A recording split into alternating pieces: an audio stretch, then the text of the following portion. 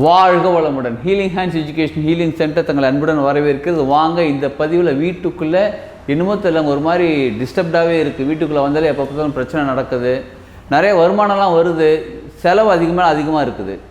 நான் எவ்வளோ தான் ட்ரை பண்ணுறேன், வருமானம் வரமாட்டேங்குது. ஆஃபீஸில் ப்ராப்ளமாக இருக்குது, ஒரே தொல்லையாக இருக்குது. வீட்டுக்குள்ளே வந்து சின்ன விஷயம் தாங்க பேசினேன், ஒரு தண்ணி கேட்டேன், அதுக்குள்ளே ஒரு சண்டை ஆகிடுச்சுங்க. அவ்வளோ பெரிய சண்டை ஆகிடுச்சுங்க. 2 நாளாக பேசவே முடியலங்க யாருமே. வீட்டுக்குள்ளே ஒரு அந்த மாதிரி ஒரு ஏதோ ஒரு சின்ன விஷயமா இருந்தாலும் பெரிய ப்ராப்ளமாக அது க்ரியேட் ஆகிட்டே இருக்குது அப்படின்னு நீங்கள் ஃபீல் பண்ணுறீங்க. அப்படின்னாலே வீட்டுக்குள்ளே ஏதோ ஒரு தேவையில்லாத கண் திருஷ்டியோ துர்சக்தியோ ஏதோ இருக்குது அர்த்தம். இதனால இன்னும் கவனித்து பார்த்தீங்கன்னு வச்சுக்கோங்களேன், வீட்டில் ஓரத்தில் கார்னர், எந்த ரூமாக இருந்தாலும் சரி, இல்லை எல்லா ரூம்லேயுமே கார்னரில் ஒட்டடை அதிகமாக சேர்ந்துக்கிட்டே இருக்கும். நீங்கள் இப்போ தான் ஒட்டடை அடிச்சிருப்பீங்க, ஒட்டடை அடிச்சு அந்த பக்கம் போயிருப்பீங்க, மறுபடியும் ஒட்டடை சேர்ந்துருக்கும். இப்போ தானே அடித்தோம், நேற்று தானே அடித்தோம், ஒட்டடை மறுபடியும் எப்படிங்க சேர்ந்துச்சு? இப்போ நீங்கள் உடஞ்ச பொருட்கள் ஏதாவது வச்சுருப்பீங்க, வெளியில் தூக்கி போடலான்னு வீட்டு கார்னரில் முக்கியமாக கவனிச்சுக்கோங்க. கார்னரில் வச்சுருப்பீங்க, அதை எடுத்துகிட்டு போய் போடலான்னு பார்ப்பீங்க, டைமே கிடைக்காது. வேறு இந்த வெயிட்டு ஒன்றும் கிடையாது, சும்மா தூக்கி போட வேண்டியதுனா போடுறதுக்கு டைம் கிடைக்காது. போடலான்னு எடுத்து வைப்பீங்க, அதுக்குள்ளே ஃபோன் ஏதாவது வரும், அதை எடுத்துகிட்டு போயிடுவீங்க. திரும்பி வந்து அப்படி ஓரமாக எடுத்து வச்சு நீங்களோ இல்லை யாராவது எடுத்து வச்சுட்டு அப்படியே போய்டுவாங்க. அப்படியே இருக்கும், கிழிஞ்ச துணிகள் அப்படியே இருக்கும், அழுக்கான துணிகள் அப்படியே இருக்கும். இந்த மாதிரி வீட்டு கார்னரில் இந்த மாதிரி ஒட்டடை படிஞ்சாலும் இல்லை அழுக்கு துணிகள், கிழிஞ்ச துணிகள், உடஞ்ச பொருட்கள் அப்படியே இருக்குது, தூக்கி போட டைம் இல்லை. இந்த மாதிரிலாம் இருந்துச்சுனாலே தேவையில்லாத பிரச்சனைகள் அதிகமாக வருது. இந்த மாதிரி இருக்குனாலே தேவையில்லாத விஷயங்கள், ஏதோ சக்திகள் வீட்டுக்குள்ளே இருக்குன்னு அர்த்தம். அதை சரி பண்ணுறதுக்கான வழிகள் தான் நம்ம கற்றுக்க போகிறோம். வாங்க இப்போ பாருங்கள். நல்லா அந்த காலத்தில் வீட்டு வாசல் இருக்குது பாருங்கள், நில வாசப்படின்னு சொல்லுவாங்க. இந்த மெயின் டோர் வச்சுருப்பாருங்க பாருங்கள். அந்த வாசப்படியில் கீழே மஞ்சள் குங்குமம் வைப்பாங்க. இந்த வாசப்படி இந்த சைடில் இருப்பாருங்க, சைடில் வந்து மஞ்சள் தேய்ச்சிட்டு, மஞ்சள் நல்லா தேய்ச்சிட்டு, கிட்டத்தட்ட ஒரு 1/2 அடிக்கு 3/4 அடிக்கு நல்லா மஞ்சள் தேய்ச்சிட்டு அதில் குங்குமம் போட்டு வைப்பாங்க. அது என்ன தெரியுமாச்சு, அந்த மாதிரிலாம் வைக்கக்கூடாதுன்னு சொல்லி ஸ்டிக்கராக வந்துச்சு. அப்புறம் என்ன தெரியுமாச்சு, ஸ்டிக்கர்லாம் பிஞ்சு போகுதுன்னு சொல்லி பெயிண்ட் அடிக்க ஆரம்பித்தாங்க. எல்லோ கலர் பெயிண்ட்டு மேலே சிகப்பு கலர் பெயிண்டில் போட்டு வச்சு பெயிண்ட் அடிக்க ஆரம்பித்தாங்க. இப்போ பல வீட்டில் அதையும் பண்ணுறதில்ல. நம்ம கான்செப்டே புரிஞ்சுக்க மாட்டேன்றோம். நம்ம என்ன நினைக்கிறோம், அது வந்து எல்லோ கலர் ரெட் கலர் இருக்கணும் அப்படி நினைக்கிறோமோ தவிர மஞ்சளோட தன்மை என்ன, குங்குமத்தோட தன்மை என்னன்னு நமக்கு தெரிஞ்சுக்க மாட்டேங்கிறோம். மஞ்சள் வந்து கிருமி நாசினி மட்டும் கிடையாதுங்க, கிருமிகளை உள்ளே சேர்க்கறது மட்டும் இல்லை. கிருமினா நம்ம சின்ன பாக்டீரியா கிருமி, அந்த கிருமி மட்டும் கிடையாது. தேவையில்லாத எனர்ஜியும் கிருமிகள் தான், நம்மளை தொந்தரவு பண்ணுற எல்லாமே கிருமிகள் தான். அதையும் வீட்டுக்குள்ளே விடாது. குங்குமத்துக்கு அந்த சக்தி உண்டு. அதனால தான் வீட்டு வாசப்படியில் மஞ்சள் குங்குமம் வைப்பாங்க. நம்ம உடனே கேள்வி கேட்கலாம், ஏன் கெட்ட சக்தி வரணும்னா வீட்டு வாசல் வழியாக தான் வரணுமா, ஏன் கதவு ஜன்னல் வழியாக வரக்கூடாதா, ஏன் அந்த ரூம் பால்கனி கதவு வழியாக வரக்கூடாதான்னு கேள்வி கேட்போம். எல்லா ரூம்லேயும் எல்லா வாசலையும் வச்சாங்க அந்த காலத்தில். பால்கனி அதாவது முன்னாடி டோர் மட்டும் இல்லை, பின்னாடி அந்த கொல்லை வாசல்னு சொல்லுவாங்க பாருங்கள், அங்கேயும் வச்சாங்க. ஒரு ரூமுக்குமே அவங்க வந்து மஞ்சள் தடவி குங்குமம் வைப்பாங்க அந்த காலத்தில். அது என்னாச்சு, ஒரு வாசலுக்கு மட்டும் வச்சோம், இப்போ அதையும் நிறுத்திட்டோம் சுத்தமாக. எதற்காக செஞ்சாங்க தெரியுங்களா, நம்ம வீடு நல்லா இருக்கணும் தான், தேவையில்லாத எனர்ஜி வீட்டுக்குள்ளே வரக்கூடாது, நல்ல எனர்ஜி மட்டும்தான் வீட்டுக்குள்ளே வரும், வீடு சுபிக்ஷமாக இருக்கணும் தான் இவ்வளோ செஞ்சாங்க.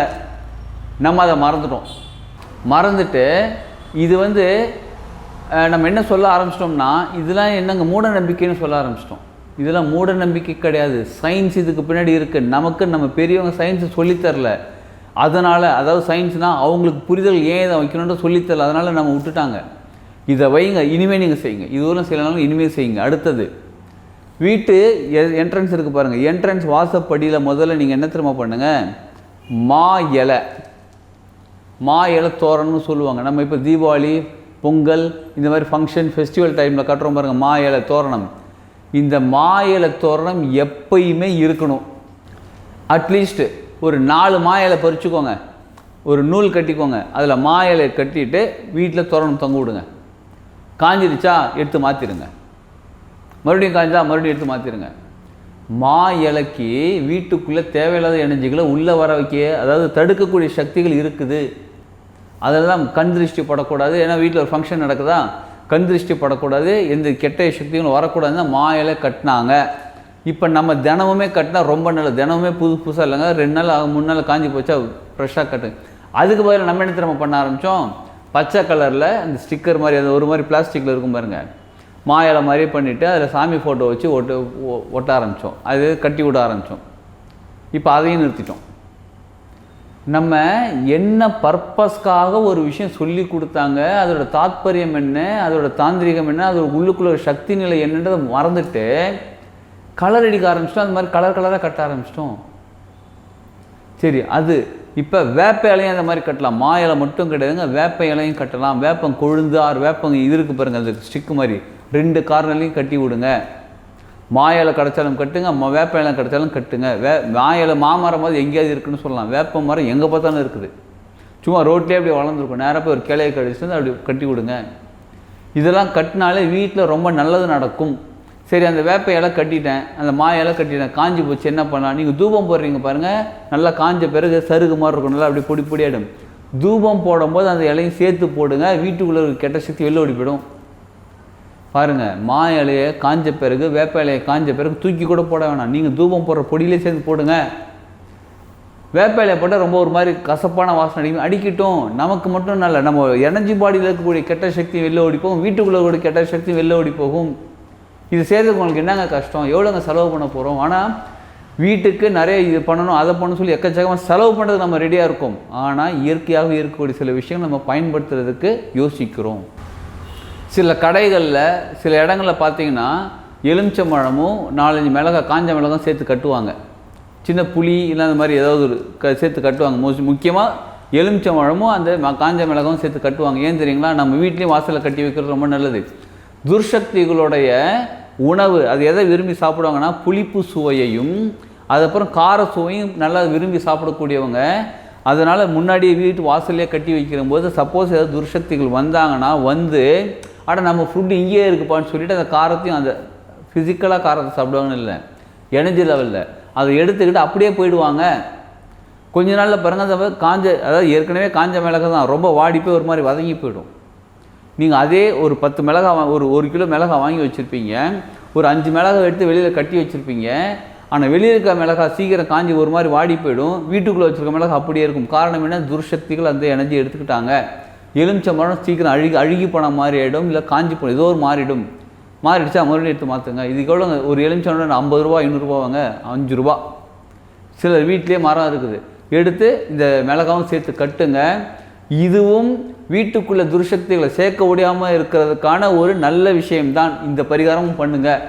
இதெல்லாம் செஞ்ச யாருக்கு நல்லது? நம்ம வீட்டுக்கு நல்லது.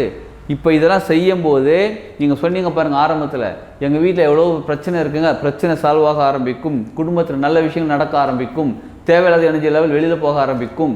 இப்போ நல்ல சக்திகள் வீட்டுக்குள்ளே வரும்போது நம்ம வாழ்க்கை முன்னேற ஆரம்பிக்கும். ஸோ இனிமேல் நம்ம என்ன பண்ண போகிறோம்? பெண்களே முக்கியமாக நீங்களும் கவனிச்சுக்கோங்க, இது உங்களுக்காகத்தான். வீட்டு வாசலில் மட்டும் இல்லைங்க, எத்தனை ரூம் இருக்கோ எல்லா ரூம்லையும் நாங்கள் டைல்ஸ்லாம் போட்டிருக்கோமே, எதை போட்டாலும் பரவாயில்ல, மார்பிள்ஸ் போட்டாலும் பரவாயில்ல, மஞ்சளை அந்த வாசலில் கதவுல தான் தடவை போகிறீங்க, அது உட்டில் தான் தடவை போகிறீங்க, டைல்ஸில் தடவை போகிறது கிடையாது, மார்பிளில் தடவை போகிறது கிடையாது. தடவிட்டு சப்போஸ் கீழே செஞ்சுன்னா உடனே தொடச்சி எடுத்துருங்க.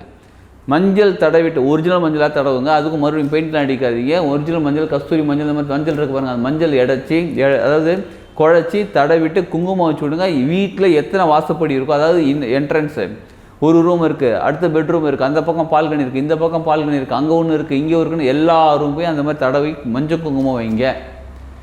உங்களுக்கு கிடச்சதுனா வேப்ப இலையும் கட்டுங்க, மா இலையும் கட்டுங்க.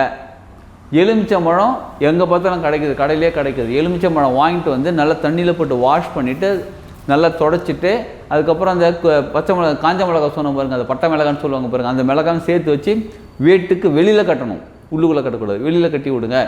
இப்படி கட்டினாலே உங்களோட வீட்டோட சூழ்நிலைகள் மாறி உங்கள் வருமானம் சேர ஆரம்பிக்கும். சம்பாதிக்கிற வருமானம் உங்கள்கிட்ட தங்க ஆரம்பிக்கும், வருமானம் நிறைய சேர ஆரம்பிக்கும், வீட்டில் பிரச்சனைகள் சாலை சந்தோஷமாக இருக்க ஆரம்பிப்பீங்க, உங்கள் வாழ்க்கை சிறப்பாக மாற ஆரம்பிக்கும். அதுக்காக தான் இவ்வளவும் செய்யுங்க, வாழ்க்கையை முன்னேற்றிக்கலாம். வாழ்க வளமுடன்.